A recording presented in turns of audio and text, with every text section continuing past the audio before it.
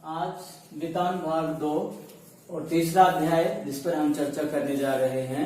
अध्याय का नाम है अतीत में दबे पांव और कक्षा 12वीं। अतीत में दबे पांव, लेखक ओम थानवी। जैसा कि पाठ का जो नामकरण है वो अपने आप में अपने सार्थकता को प्रकट कर रहा है। अतीत में दबे पांव, अतीत जो व्यतीत हो चुका है अर्थात हमारा भूतकाल, जो समय जा चुका है, हमारा जो अतीत का जो इतिहास है, इति प्लस हास, जो समाप्त हो चुका है और उसका जो वर्णन है वो इतिहास है। दबे पांव, दबे पांव जिसका बिना किसी शोर शराबे के सहज तरीके से लेखक ओम थानवी ने इस अध्याय के माध्यम से अतीत का परिचय कराया है। वो अतीत का परिचय हमारी जो प्राचीनतम सभ्यता है जिस पर आज हम गर्व करते हैं, हम ये कहते हैं कि दुनिया को सबसे पहले हमने सभ्यता सिखलाई है, रहन सहन, खान पान, वेशभूषा है, हमने दुनिया को सिखाया है, इसलिए हम दुनिया के गुरु कहलाए हैं। और उसी में हमारी जो प्राचीन सभ्यता है उसमें सिंधु घाटी की सभ्यता से आप परिचित होंगे। उसके बारे में यहाँ लेखक ने वर्णन किया है कि सिंधु घाटी की सभ्यता कैसी थी, क्या उसकी विशेषता थी। तो उसका जो वास्तुकला है, उसकी जो भवन निर्माण कला है, उस समय के लोगों का जो रहन सहन है, उस समय के जो भवन होते थे, उस समय की जो खास खास विशेषताएं थी, उनका यहाँ पर लेखक ने एक तरतीब वाइज, एक क्रमानुसार उसका वर्णन किया है। और उस क्रम में केवल एक काल्पनिक कहानी नहीं है, अपितु हमारा जो पुरातत्व विभाग है उसकी जो सर्वे है, उसके जो एविडेंस है, उसके जो प्रमाण, उन प्रमाणों के आधार पर एक ऐसी योजना, एक ऐसी सभ्यता जो कि एकदम व्यवस्थित थी और उसको आदर्श नगर योजना हम कह सकते हैं। आज से 5000 साल पहले भारत में इतनी सुंदर विकसित आदर्श सभ्यता जिसको हम सिंधु घाटी की सभ्यता के नाम से जानते हैं। तो सिंधु घाटी की सभ्यता की जो विशेषताएं हैं, उन लोगों की जीवन शैली है, वो इस पाठ के माध्यम से लेखक ने हमारे बीच में रखा है। तो जो अतीत में दबे पांव और उसमें सिंधु घाटी की सभ्यता के दो बड़े नगर लेखक ने लिए हैं, जिसमें एक का नाम है मोहनजोदड़ो और दूसरा है हड़प्पा। पहले शहर का क्या नाम है? मोहनजोदड़ो और दूसरा हड़प्पा। ये दोनों हमारे जो अखंड भारत था, जब हमारे भारत का विभाजन नहीं हुआ था, उस समय की चर्चा यहाँ लेखक ने की है। 1922 में जो इतिहासकार हैं राखलदास बनर्जी, उन्होंने हड़प्पा सभ्यता की पहली बार खुदाई की। उसके जो अवशेष मिले उस खुदाई में, उसके आधार पर जो एक वैज्ञानिक सभ्यता हमारे सामने आई, आदर्श सभ्यता सामने आई, उसकी चर्चा है यहाँ पर। तो मोहनजोदड़ो और हड़प्पा के ऊपर हम चर्चा करें। मोहनजोदड़ो का शाब्दिक अर्थ है मृतकों का टीला। इसको मृतकों का टीला क्यों कहा गया है? क्योंकि अब इसमें केवल खंडहर मात्र है, इसमें अवशेष मात्र है, यहाँ कोई आबादी नहीं है। इसको जब खोजा गया, इसमें से जो खुदाई की गई, तो जो अवशेष मिले, तो उन अवशेषों के आधार पर पता चला कि ऐसी सुंदर व्यवस्थित सभ्यता भारत में किसी जमाने में रही होगी। तो आपको पता चला मोहनजोदड़ो का अर्थ है मृतकों का टीला। और ये जो मोहनजोदड़ो जो शहर है, जो नगर है, ये कहाँ है? ये पाकिस्तान के सिंध प्रांत में है, पाकिस्तान के सिंध प्रांत में है। क्योंकि 1922 में तो भारत का विभाजन नहीं हुआ था, तो पाकिस्तान पूरा का पूरा, पाकिस्तान और भारत एक ही था। तो उस समय जो मोहनजोदड़ो है आज कहाँ है? ये पाकिस्तान के कौन से प्रांत में? सिंध प्रांत में। और जो हड़प्पा है वो पाकिस्तान के पंजाब प्रांत में स्थित है। तो इन दोनों नगरों की जो विशेषता है, अवशेषों के आधार पर लेखक ने इस पाठ के माध्यम से उसकी चर्चा की है। तो आपको पता चला मोहनजोदड़ो और हड़प्पा संस्कृति के जो विशेष दोनों के दोनों ये नगर रहे हैं। और इन नगरों की जो विशेषता है वो क्या है कि एक सुंदर योजना थी। अगर हम मोहनजोदड़ो की बात करें तो ये जो जमीन समतल, सिंधु घाटी की जो पूरी सभ्यता है वो समतल भूमि के आधार पर है। और उसमें से भी जो अगर हम मोहनजोदड़ो की बात करें तो ये एक आबादी से ऊंचा उठा करके भूमि को, मिट्टी को काट करके एक प्रकार से चबूतरा सा बना करके एक ऊंची सभ्यता इसको विकसित की, वहां पर नगर का निर्माण किया गया। शायद ये कारण हो कि उस समय जो सिंधु नदी में बाढ़ आती थी तो उससे बचाव के लिए उसको ऊंचा रखा गया होगा, तो एक ऊंचा नगर रहा है और उसमें बड़े बड़े टीलों के ऊपर सारे नगर आबाद किए गए थे। वहां की जो सड़कें थी, वहां की जो नालियां थी, वहां की जो नगर योजना थी, वहां की जो वास्तुकला थी, वह अपने आप में एक सुव्यवस्थित सभ्यता थी। इतनी सुव्यवस्थित सभ्यता जिस प्रकार से आज हम जो बात करें, आज हम जो ग्रिड प्रणाली जिसको कहते हैं, एक आर पार उसके जो सारी जो उसके शहर की जो गलियां हैं, सड़कें हैं, नालियां हैं, व्यवस्थित रूप से निकले। आज की हम बात करें तो हमारा जो चंडीगढ़ जो शहर है जिस व्यवस्था पर बना है, उसी प्रकार से हमारी जो हड़प्पा संस्कृति थी, सिंधु घाटी की सभ्यता थी, एकदम नगरीय सभ्यता के रूप में विकसित की गई थी। तो मोहनजोदड़ो की जो सड़क थी उसमें उनकी जो चौड़ाई होती थी 33 फीट चौड़ाई होती थी और सड़क के दोनों तरफ नालियां होती थी और उन नालियों की खास बात क्या थी, पक्की ईंटों से बनी हुई थी। आप सोच के देखिए, आज के भी जो नगर हैं या उनकी जो नाली, गंदे पानी की जो निकासी है वो भी इतनी सुंदर व्यवस्थित नहीं है जो आज से 5000 वर्ष पहले मोहनजोदड़ो और हड़प्पा संस्कृति में इस प्रकार से होती थी। पक्की ईंटों से नालियां होती थी और वो भी ढकी होती थी और गांव के नगर से बाहर जाकर गंदे पानी की निकासी होती थी। केवल इतना ही नहीं, उनमें अलग अलग प्रकार के स्नानागार मिले हैं। अगर हम बात करें मोहनजोदड़ो की तो अकेले मोहनजोदड़ो में 8 बड़े स्नानागार मोहनजोदड़ो में मिले हैं और एक महाकुंड भी वहां पर मिला है। महाकुंड जो विशेष प्रकार के जब कर्मकांड आयोजन किए जाते थे, धार्मिक आयोजन होते थे, तो उस महाकुंड के माध्यम से स्नान आदि किया जाता था। उस महाकुंड की बात करें तो वो 40 फीट उसकी लंबाई होती थी, 25 फुट चौड़ाई और 7 फीट उसकी गहराई होती थी। इस प्रकार के महाकुंड के अवशेष भी मोहनजोदड़ो के उस नगर में प्राप्त हुए हैं।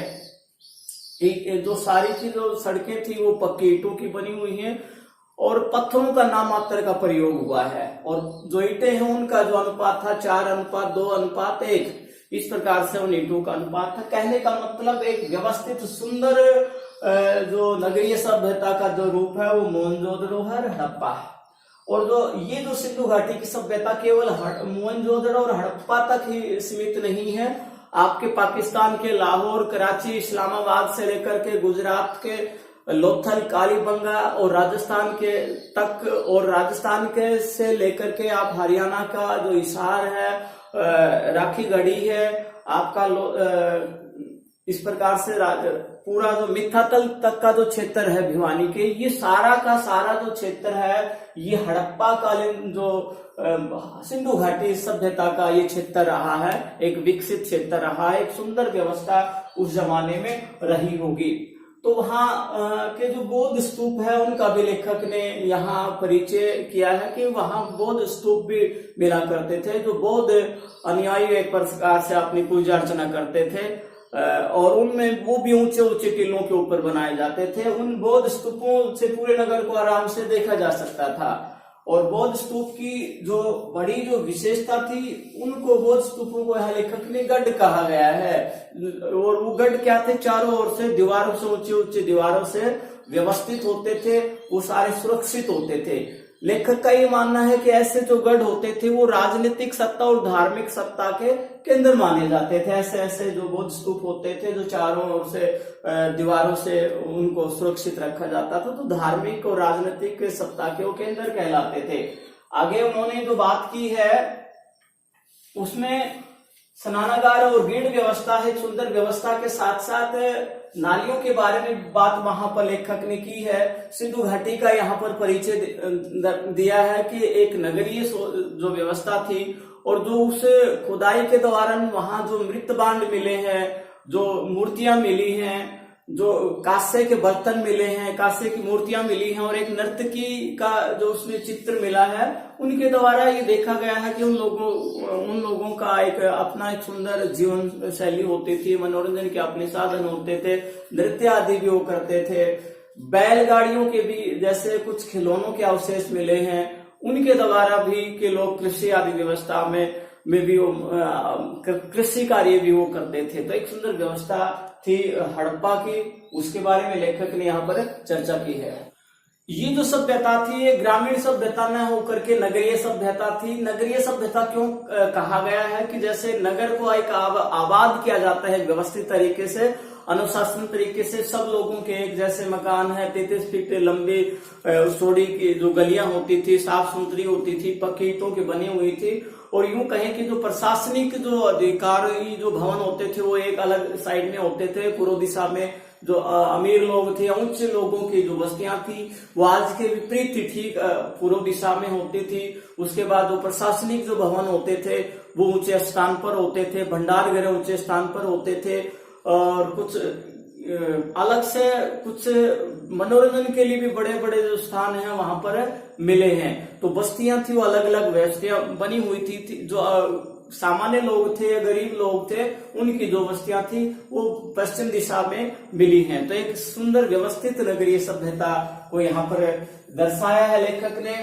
और उसके साथ में कहा कि उनका जो अनुशासन प्रिय था, उस समय औजार तो मिले हैं, मूर्तियां मिली हैं, मृतभांड मिले हैं, अनेक प्रकार के कांसे के और बर्तन मिले हैं, लेकिन हथियार कुछ नहीं मिला है। तो लेखक का ये मानना है कि उस जमाने के जो लोग थे अनुशासन प्रिय थे, शांत प्रिय थे, अहिंसावादी थे, किसी प्रकार से हिंसा में विश्वास नहीं करते थे। और उसी आधार पर लेखक ने कहा है कि जो हड़प्पा कालीन जो सभ्यता थी, संस्कृति थी, वह राज सत्ता या धार्मिक सत्ता पर आधारित न होकर के सामाजिक व्यवस्था पर आधारित थी। इसका मतलब क्या है कि वो किसी राज पोषित या धार्मिक पोषित के आधार पर नहीं चलती थी, अपितु लोगों के अपने अनुशासन के द्वारा ही वो चलती थी। लोगों का अपना अनुशासन था और यही सभ्यता का सबसे बड़ा सौंदर्य बोध था। और इस सौंदर्य बोध पर लेखक ने कहा है कि उसमें कोई सुंदर व्यवस्थित सभ्यता तो थी, लेकिन उसमें दिखावे का, ऐश्वर्यता का, भव्यता का लेस मात्र भी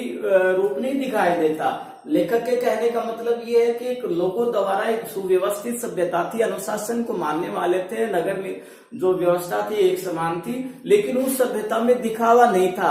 अर्थात राजा महाराजाओं जैसा ऐश्वर्यपूर्ण ठाट बाट नहीं था। ऊंची ऊंची दीवारें, चौड़ी दीवारें, और इतनी चौड़ी दीवारें थी कि उसमें आराम किया जा सकता था, उनके ऊपर आराम से लेट करके सोया भी जा सकता था, अपनी थकान को भी दूर किया जा सकता था। इस प्रकार की ऊंची और चौड़ी दीवारें होती थी। कहने का मतलब ये था कि एक मजबूत सभ्यता तो थी, नगरीय व्यवस्था थी, स्थापत्य कला का उसमें रूप देखा जा सकता था, वास्तुकला का उसमें रूप देखा जा सकता था, लेकिन दिखावे का उसमें लेस मात्र भी कोई रूप नहीं था। साथ में राजस्थान का भी यहाँ पर लेखक ने परिचय किया है कि जो सभ्यता पाकिस्तान से होते हुए गुजरात में होते हुए राजस्थान में भी इस प्रकार के अवशेष इसमें दिखाए जाते हैं। राजस्थान में चलने वाली जो बैलगाड़ियां हैं, उनके जो टायर थे वो टायर जैसे कि आजकल हवाई जहाज आदि में भी प्रयोग किए जाते हैं। तो इस प्रकार के जो टायर थे उस समय में जो खिलौने के रूप में अवशेष मिले हैं, तो ऐसे माना जाता है कि राजस्थान की जो सभ्यता है वो भी इस प्रकार की सभ्यता से मिलती जुलती है। कहने का मतलब ये है कि एक सुंदर व्यवस्थित सभ्यता का यहाँ पर लेखक ने परिचय कराया है, ग्रिड व्यवस्था है। और सबसे बड़ी जो बात है कि जो मोहनजोदड़ो एक अजायब घर के रूप में स्थापित है। अजायब घर क्या है कि पुरातत्व विभाग के जो पुराने जमाने की जो वस्तुएं हैं उनका एक संग्रह है। तो उस संग्रह के रूप में मोहनजोदड़ो का जो है उस अवशेषों का जो संग्रह किया गया है उसको के रूप में यहाँ पर दर्शाया गया। और उसमें क्या क्या है, मिट्टी के बड़े बड़े जो मृतभांड हैं, कांसे के, तांबे के बर्तन हैं, औजार है, भिन्न भिन्न प्रकार के नर्तकी आदि के जो अवशेष उसमें मिले हैं। दूसरे प्रकार के ऐसे ऐसे चीजें मिली हैं जिसके आधार पर उस पर हम गर्व कर सकते हैं। मापतोल के जो बाट मिले हैं उनसे भी लोग कितने उनका ईमानदारी भरा जीवन होता था, इसको भी दर्शाया गया है। साथ ही लेखक ने दर्शाया है जो इतिहासकार है इरफान हबीब, उनका ये मानना है कि उस जमाने में रबी की फसल है वो मुख्य रूप से हुआ करती थी। किसका मानना है? इरफान हबीबी, जो कि मुख्य इतिहासकार है, उनका ये मानना था कि उस जमाने में रबी की जो फसल अर्थात गेहूं, जौ, चना और कपास की फसल मुख्य रूप से हुआ करती थी। लेकिन कुछ इतिहासकारों का ये भी मानना है कि खरीफ की फसल भी उसमें कई कई स्थानों पर बोई जाती थी, जिसमें अंगूर है, आपकी कपास है, खरबूजे हैं, तरबूज है, इस प्रकार की जो फसलें हैं वो भी उसमें हुआ करती थी। तो सारांश में यही है कि अतीत के दबे पांव नामक इस पाठ के माध्यम से लेखक ने भारत की जो प्राचीनतम जो सभ्यता है, जिस पर आज हम गर्व कर सकते हैं, उसका सुंदर परिचय दिया है। मोहनजोदड़ो, जो हड़प्पा, दोनों जो क्षेत्र हैं आज पाकिस्तान में है, और ये जो सिंधु घाटी की जो सभ्यता है पूरे क्षेत्र में उत्तर भारत में फैली हुई है, उसके जो वैज्ञानिक जो स्वरूप है, उसका नगरीय जो स्वरूप है, उसका जो वास्तुकला का जो स्वरूप है, उसको हमारे सामने रखा है। और उसमें पानी की निकासी और पानी का जो महत्व था उन लोगों ने रखा है। पानी पीने का पानी है, गंदे पानी की निकासी की व्यवस्था एक अपने आप में एक बड़ा उदाहरण है। आज के लोग भी उंगली अपने दांतों तले उंगली दबाते होंगे, कितनी सुंदर व्यवस्थित नगरीय सभ्यता उसमें रही होगी।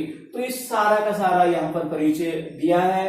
तो वहां का जो सौंदर्य बोध है, वहां की जो गीढ़ व्यवस्था है, वहां के जो स्नानागार हैं, वहां की पक्की ईंटों की बनी हुई सड़कें हैं, नालियां हैं, जो हमारे लिए गर्व करने की बात है। तो इसका यहाँ पर लेखक ने परिचय कराया है एक प्रकार से। तो प्रिय विद्यार्थी, यह पाठ आपको समझ में आया होगा और आपके मन में यही विचार उठ रहे होंगे कि यूनान, मिस्र, रोमा सब मिट गए, जहां से कुछ बात है कि हस्ती मिटती नहीं हमारी। ये हमारी हस्ती है, ये हमारी पहचान है, ये हमारी धरोहर है, जिस धरोहर के आधार पर आज भी हमारा जो सीना है स्वाभिमान के साथ, गर्व के साथ ऊंचा हो जाता है। और हम यही कहते हैं कि हमारी जो सभ्यता थी उस जमाने में भी श्रेष्ठ थी और आज भी श्रेष्ठ है। तो ऐसी सभ्यता से लेखक ने हमें परिचित कराया है। तो आपको ये पाठ बहुत अच्छा लगा होगा। इसके प्रश्नोत्तर हैं, इसका जो सौंदर्य बोध है, इसकी जो नगरीय व्यवस्था है, स्नानागार की व्यवस्था है, किस प्रकार के स्तूप मिले हैं, किसने इसकी खोज की है, मोहनजोदड़ो और हड़प्पा की क्या क्या विशेषताएं हैं, ये जो सारे प्रश्न हैं, इसको अपने इनके ऊपर विशेष मंथन करना है और अपने अभ्यास पुस्तिका में लिखना है। आज के लिए इतना ही। जय हिंद, जय भारत।